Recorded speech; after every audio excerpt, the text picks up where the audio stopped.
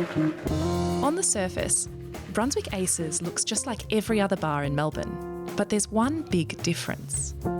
We're the first bar in Australia that serves no alcohol.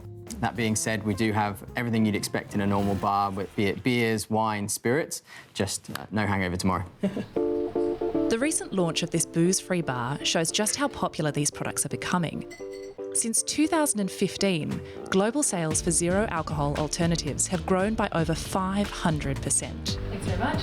Really, everyone is trying to get more and more non-alcoholic drinks in their diet.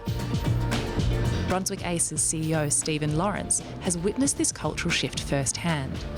In 2017, he and his friends began distilling Australia's first non-alcoholic gin. We were literally just 5 neighbours that became friends over a love of food and drink. One of our team got pregnant and another one started running triathlons, and so what really happened was that they would just miss out on us making cocktails and sharing that experience together. So we have an engineer and we have a scientist in our team. We put our heads together and decided that surely we can make the same kind of product with that same experience, just minus the alcohol. So some people wouldn't understand the point of having a non-alcoholic drink, like a non-alcoholic gin. Why not just have a lemonade? Yeah, well, what we've found is that no one has ever come to us and said, I really like this gin because the alcohol tastes great. It's always about those complex flavours and aromas that you get from the distillation process, in comparison to, say, a soft drink, which is very much based around sugar. So it's very one-dimensional and it leaves the palate quite quickly. When you have an alcohol, or indeed our non-alcoholic product, you're able to get that kind of front, middle and back palate blending together, and it's what lends it to pairing with food or even just a good conversation. Now, working in a bar like this, you must see everyone sort of come and go. What would you say your demographic was? It's a question we get asked all the time, and I still don't really have an answer because it is so wide and varied.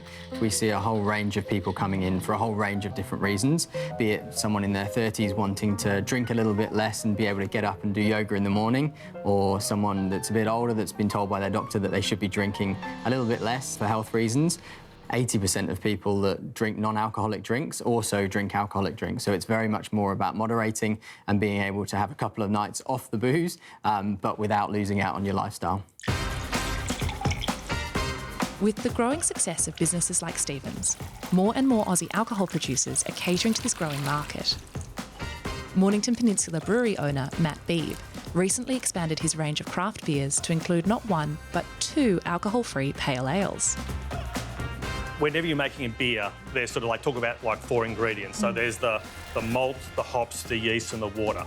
So when you're looking at Mornington Free, same process, but it's the yeast that's the different component. So normally yeast converts the malt or the sugars to alcohol. This yeast, the special yeast that we get, converts the sugars to esters, which is a flavour profile of the beer. Hence, you don't get any alcohol, or you get very, very little alcohol. And were you trying to replicate the flavour of a pale ale with this non-alcoholic beer? Yeah. Was that really challenging to do? Sure, I'd love to be able to say that if I had a pale ale and had a Mornington Pale Free, that they're exactly the same. But they're not, because they're made differently. So there is a slight difference, but I think that if that's your option, that's your choice to have the alcohol-free, then it's a very, very good alternative. And especially if you come to the bar and you're the designated driver and the choice is to have an alcohol-free beer and look like and be part of that whole experience.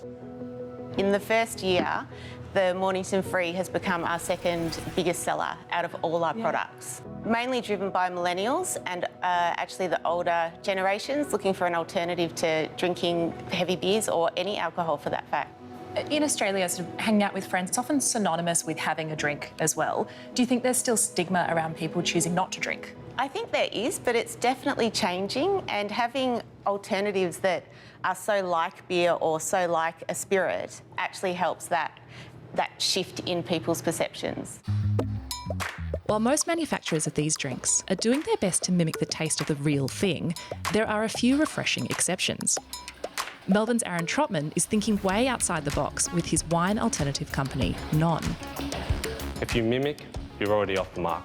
We're taking a much different approach where we're trying to show them something, a different way of thinking. Aaron has collaborated with culinary experts to roast, toast and stew a wide variety of ingredients. We're looking at floral, tannin, salinity and acid. All those things that you would know that are in wine, but rethinking it. So tell me what I'm supposed to be tasting and smelling here. So you're getting raspberry and chamomile on the nose. We use fresh raspberries, so we get a nice tart profile and flavour in there. You'll get the chamomile in the finish and a salty back end as well. Yeah, it's really interesting. It has a really full flavour profile, and yet it tastes nothing like wine. It's definitely not trying to be a wine. It's something of its own. Yes, absolutely. So, Rish, you've come on as the General Manager of Non. Where do you see it going in the future? What would you like to see for Non in, let's say, 10 years' time? So in an ideal world, I think non-alcoholic should be fully embraced by all cultures. If someone's asking why you're not drinking, we should be asking why you are drinking. I think no one asks the question to a vegetarian why you're not eating meat. It doesn't exist in our culture anymore, and I'd like the non-alcoholic to get there as well. We see that this category is here to stay and will be as established as the alcoholic one in, perhaps just 5 or 10 years. Well, cheers to that. Indeed.